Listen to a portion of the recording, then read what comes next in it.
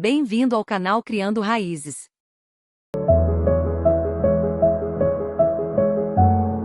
Texto e contexto. Êxodo 1:2-15. Texto. Opressão dos israelitas no Egito. Os nomes dos filhos de Israel que foram ao Egito com Jacó são Ruben, Simeão, Levi, Judá, Issacar, Zebulon, Benjamim, Dan, Naftali, Gade e Asser. Todas as pessoas que descendiam de Jacó eram 70 almas. Mas José já estava no Egito. José morreu, assim como todos os seus irmãos e toda aquela geração. No entanto, os israelitas tiveram muitos filhos e aumentaram em grande número, multiplicaram-se e tornaram-se poderosos na terra. O país estava cheio deles. Então, surgiu sobre o Egito um novo rei que não conhecia José. Ele disse ao seu povo: olhem, o povo dos filhos de Israel é mais numeroso e mais forte do que nós. Vamos agir com sabedoria em relação a eles, para que não se multipliquem ainda mais, e em caso de guerra, eles se unam aos nossos inimigos, lutem contra nós e deixem o país. Assim, colocaram capatazes sobre eles para oprimi-los com trabalhos duros, e construíram para o faraó as cidades de armazenamento, Pitom e Ramsés. Quanto mais eram oprimidos, mais se multiplicavam e se espalhavam, de modo que os egípcios passaram a temê-los. Por isso, os egípcios impuseram trabalhos duros aos israelitas e tornaram-lhes amarga a vida com cruel servidão, fazendo barro e tijolos, além de todos os tipos de trabalho no campo. Todos esses trabalhos eram impostos com rigor. Então, o rei do Egito falou com as parteiras hebreias, uma das quais se chamava Sifrá, e a outra Puá, e disse-lhes: quando ajudarem as mulheres hebreias no parto e observarem que o bebê é um menino, matem-no. Mas se for uma menina, deixem-na viver. Contudo, as parteiras temiam a Deus e não fizeram o que o rei do Egito havia ordenado, deixaram os meninos viverem. O rei do Egito chamou as parteiras e perguntou-lhes: por que vocês fizeram isso, deixando os meninos viverem? As parteiras responderam a Faraó: as mulheres hebreias não são como as egípcias, são vigorosas e dão à luz antes de chegarmos a elas. Deus foi bondoso com as parteiras, e o povo continuou a aumentar e a tornar-se muito forte. E porque as parteiras temiam a Deus, ele lhes concedeu famílias. Então, Faraó ordenou a todo o seu povo: joguem no Nilo todos os meninos que nascerem, mas deixem viver todas as meninas. Um homem da casa de Levi casou-se com uma mulher da mesma tribo. A mulher concebeu e deu à luz um filho. Vendo que era um menino bonito, ela o escondeu por 3 meses. Mas não conseguindo mais escondê-lo, ela pegou uma cesta de junco e a revestiu com betume e piche. Em seguida, colocou o bebê dentro dela e a colocou entre os juncos na margem do rio Nilo. A irmã do menino ficou observando à distância para ver o que aconteceria. Quando a filha de Faraó desceu para banhar-se no Nilo, enquanto suas servas passeavam pela margem do rio, ela avistou a cesta entre os juncos e enviou uma de suas servas para trazê-la. Ao abrir a cesta, ela viu o bebê e ouviu-o chorar. Ela teve compaixão dele e disse: este é um dos bebês hebreus. Então, a irmã do bebê disse à filha de Faraó: você quer que eu vá chamar uma ama entre as mulheres hebreias para amamentar o bebê? Sim, vá, respondeu a filha de Faraó. A jovem foi e chamou a mãe do bebê. E a filha de Faraó disse-lhe: leve este bebê e o crie para mim, e eu te darei o teu salário. A mulher pegou o bebê e o criou. Quando o menino cresceu, ela o levou à filha de Faraó, e ele se tornou seu filho. E ela o chamou de Moisés, dizendo: pois eu o tirei das águas. Naqueles dias, quando Moisés já era adulto, ele saiu para encontrar seus irmãos e testemunhou os trabalhos árduos que estavam enfrentando. Ele viu um egípcio golpeando um dos seus irmãos hebreus. Então, ele olhou ao redor, e ao perceber que não havia ninguém por perto, matou o egípcio e escondeu seu corpo na areia. No dia seguinte, Moisés saiu novamente e viu 2 hebreus brigando. Ele se aproximou do culpado e perguntou: por que você está batendo no seu companheiro? O homem culpado respondeu: quem te colocou como príncipe ou juiz sobre nós? Você está planejando me matar como matou o egípcio? Moisés ficou assustado ao perceber que o que ele fez tinha sido descoberto. Quando Faraó soube do ocorrido, tentou matar Moisés. Este então fugiu da presença de Faraó e foi viver na terra de Midian, onde se sentou ao lado de um poço. Contexto: estes são os nomes dos filhos de Israel que foram para o Egito com Jacó. Cada um foi com sua família. Êxodo 1. O Egito está localizado no canto nordeste da África. O Antigo Egito se estendia do Mar Mediterrâneo ao sul, ao longo do rio Nilo, e era dividido, conceitualmente e às vezes politicamente, entre o Alto Egito, ao sul, o Vale do Nilo, e o Baixo Egito, o Delta do Nilo, ao norte. O Delta do Nilo, assim chamado porque, quando visto do norte, sua forma se assemelhava à letra delta dos gregos. Tinha até 16 afluentes que corriam do Nilo para o Mediterrâneo na antiguidade. Sua base sul está próxima à cidade moderna do Cairo. Esta é a parte do Egito que o texto bíblico provavelmente tem em mente. Há ampla evidência de que povos semitas entraram no delta por uma variedade de razões, como obter comida para si e seus rebanhos. Surgiu um novo rei sobre o Egito, que não conhecia José. Êxodo 1:8.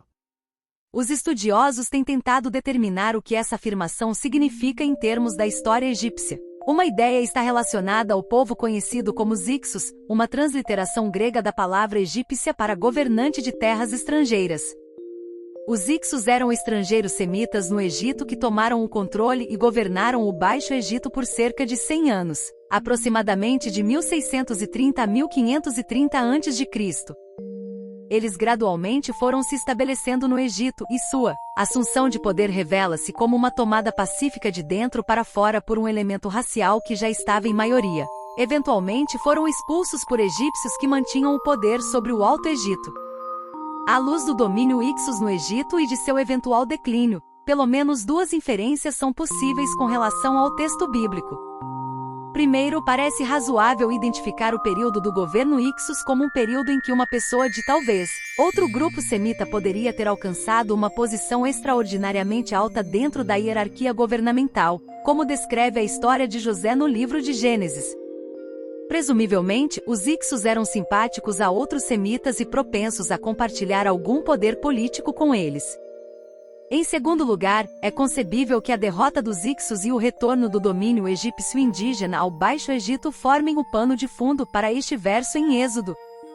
Os hebreus e qualquer pessoa semita, por sinal, teriam sido alvo de grande suspeita depois que os egípcios retomaram seu delta do Nilo dos odiados Ixos. Assim, é provável que um grupo semita que havia sido favorecido pelos Ixos tenha caído em desgraça sob o novo rei egípcio. Então, colocaram supervisores sobre eles para oprimi-los com trabalhos árduos, e construíram para Faraó as cidades de armazenamento, Pitom e Ramessés. Êxodo 1:11. Esses nomes provavelmente se referem a locais próximos à extremidade leste do delta do Nilo. Pitom provavelmente é a transcrição hebraica da frase egípcia casa do deus, Atum, e talvez se refira até ao El-Retab. Achados arqueológicos deste local incluem escaravelhos da 18ª dinastia do Egito, 1300 e 1400 a.C., inscrições elogiando o deus Atum, e uma cena com Ramsés II golpeando um semita enquanto o deus Atum observa. Pode ter havido um templo de Atum. O local também foi um importante ponto militar na fronteira oriental do Egito durante o reinado de Ramsés II, que reinou por mais de 60 anos em meados do século XIII a.C. É este Ramsés que dá seu nome ao outro local, Ramesés em Êxodo 1:11, mas Piramesse, casa de Ramsés, em egípcio, identificado hoje como sítio de Cantir. Os projetos de construção de Ramsés II superaram os de todos os outros faraós. O fio sugere que este local, provavelmente foi a maior e mais custosa residência real já erguida pela mão do homem. Como pode ser visto agora, seu palácio conhecido e centro oficial cobriam uma área de pelo menos 10 km².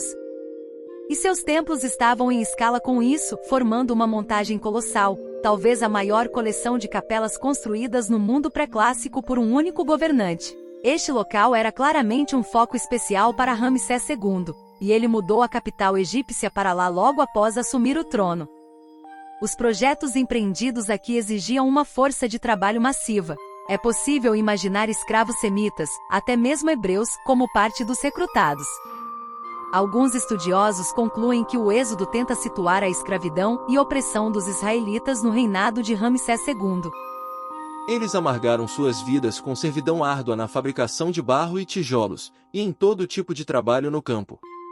Todos os seus trabalhos eram impostos com rigor. Êxodo 1:14. A fabricação intensiva de tijolos era necessária para apoiar os projetos de construção em larga escala no Egito, especialmente em locais como Piramesse. Um texto egípcio do início do reinado de Ramsés II descreve uma tentativa de determinar quantos tijolos eram necessários para uma rampa. Basicamente apenas um equipamento de construção com mais de 300 metros de comprimento, 25 metros de largura e cerca de 28 metros de altura. Outro relato registra que o trabalho estava progredindo sem problemas em uma das oficinas reais e que aqueles responsáveis pela produção de tijolos estavam cumprindo suas exigências diárias. Então o rei do Egito falou com as parteiras das hebreias, uma das quais se chamava Cifra, e a outra Puá. Êxodo 1:15. O termo hebreu tem conexões linguísticas com o termo apiru utilizado em diversos textos antigos. Ele ocorre com frequência, por exemplo, nos aproximadamente 380 tablets descobertos no sítio de El Amarna, cerca de 150 milhas ao sul do Cairo. A maioria desses tablets data de meados do século XIV a.C., durante os reinados de Amenhotep III e Amenhotep IV, e são cartas escritas por governantes locais na Síria e Palestina ao rei egípcio, que havia estabelecido sua capital neste local. O Egito tinha um controle laxo sobre a Síria e Palestina durante esse período. As cartas falam depreciativamente sobre o povo apiru. Por exemplo, Abdi-Epa, o governante local em Jerusalém, escreveu com as notícias sombrias. A terra do rei passou para os apiru. E agora, além disso, uma cidade pertencente a Jerusalém, Bit-Ninurta pelo nome, uma cidade pertencente ao rei, passou para os homens de Quiltu. Que o rei ouça Abdi-Epa, seu servo, e envie arqueiros para restaurar a terra do rei ao rei. Se não houver arqueiros, a terra do rei passará para os apiru. Os apiru podem se referir a grupos de pessoas que eram excluídas socialmente, não possuíam propriedades, frequentemente recorriam ao banditismo e ameaçavam o status das pessoas assentadas. Aqueles vistos como estrangeiros ou forasteiros também eram frequentemente rotulados como apiru. Antes de formarem a nação de Israel, é muito provável que os hebreus fossem vistos dessa maneira. Um hebreu certamente poderia ter sido chamado de apiru, embora nem todo apiru fosse hebreu. Note que enquanto hebreu é principalmente uma designação étnica, apiru é estritamente uma designação social. Um papiro egípcio por volta do ano 1700 a.C. apresenta uma lista de 95 servos domésticos. Mais da metade dos nomes são semitas. Um deles é Shifra, designada como tecelã de linho fino.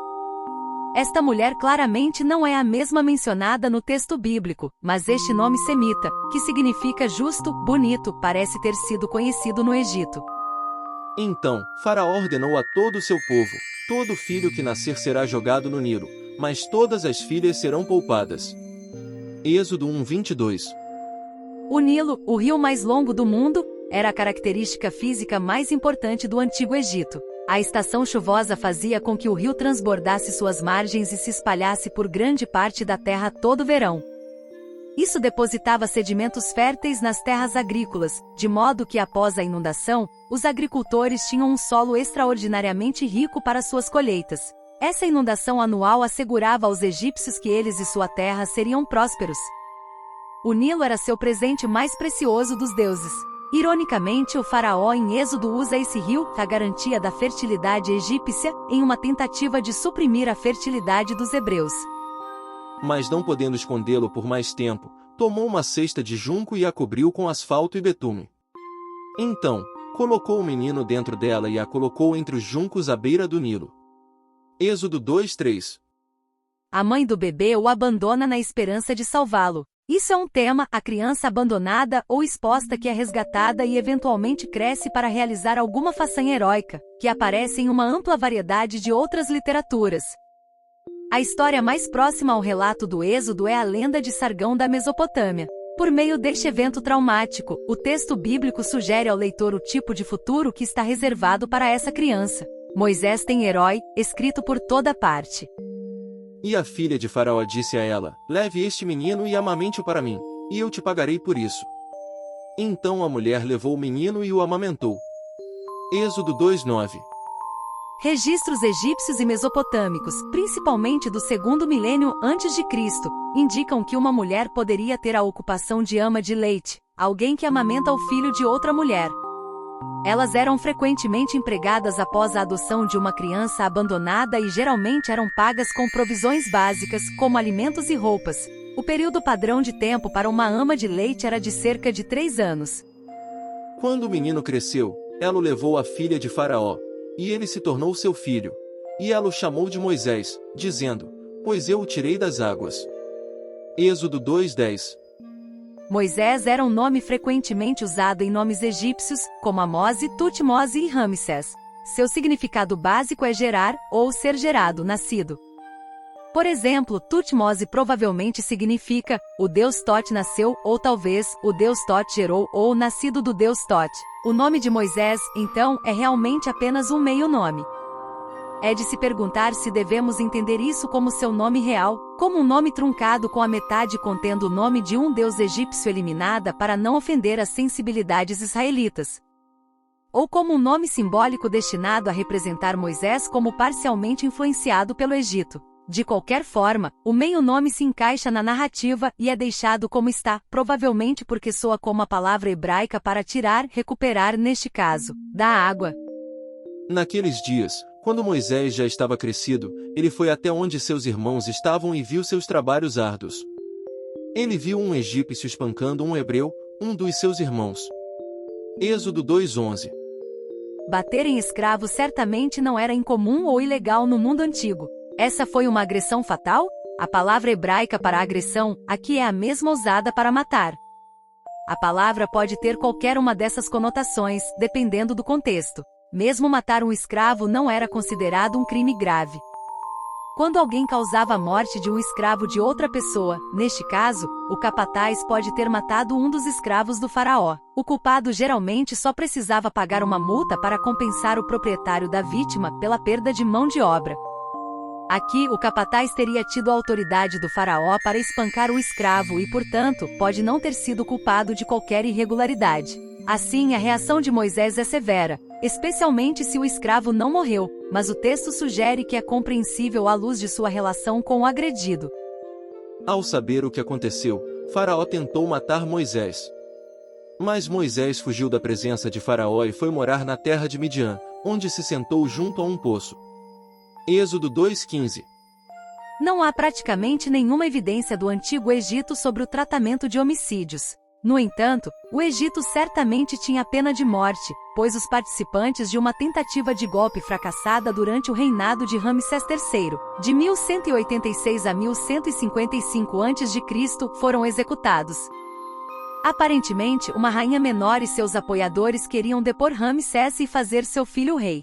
Em outras palavras, o sistema judiciário egípcio não tinha escrúpulos em impor a pena de morte àqueles culpados de assassinato. Neste caso, o rei egípcio está interessado não apenas na justiça, mas também na vingança. Como alguém de sua própria corte violou o sistema para fazer valer sua autoridade, o faraó está determinado a matar Moisés não apenas para garantir que este receba o que merece, mas também para deixar claro que violações da autoridade do faraó serão tratadas com severidade. Midian. Essa área provavelmente está localizada no noroeste da Arábia, logo a leste do Golfo de Elat, Acaba. Essa região levanta uma possibilidade interessante quando se considera que é aqui onde Moisés encontra Deus pela primeira vez. Essa região é referida como a terra dos Chazu. Chazu se refere a pastores beduínos, em 2 textos egípcios encontrados na antiga Núbia, atual Sudão, por volta de 1400 a.C. Na verdade, o texto bíblico pode estar tentando retratar o futuro sogro de Moisés, chamado de sacerdote, como um adorador de Deus. O fato de ele viver nessa região e ter rebanhos que precisam de pastoreio certamente o qualifica, assim como sua família, como Chazu, pastores beduínos. Tudo o que falta é uma referência explícita à sua adoração a Deus, embora isso possa ser mencionado em Êxodo 18, 10-11. Continua no próximo vídeo.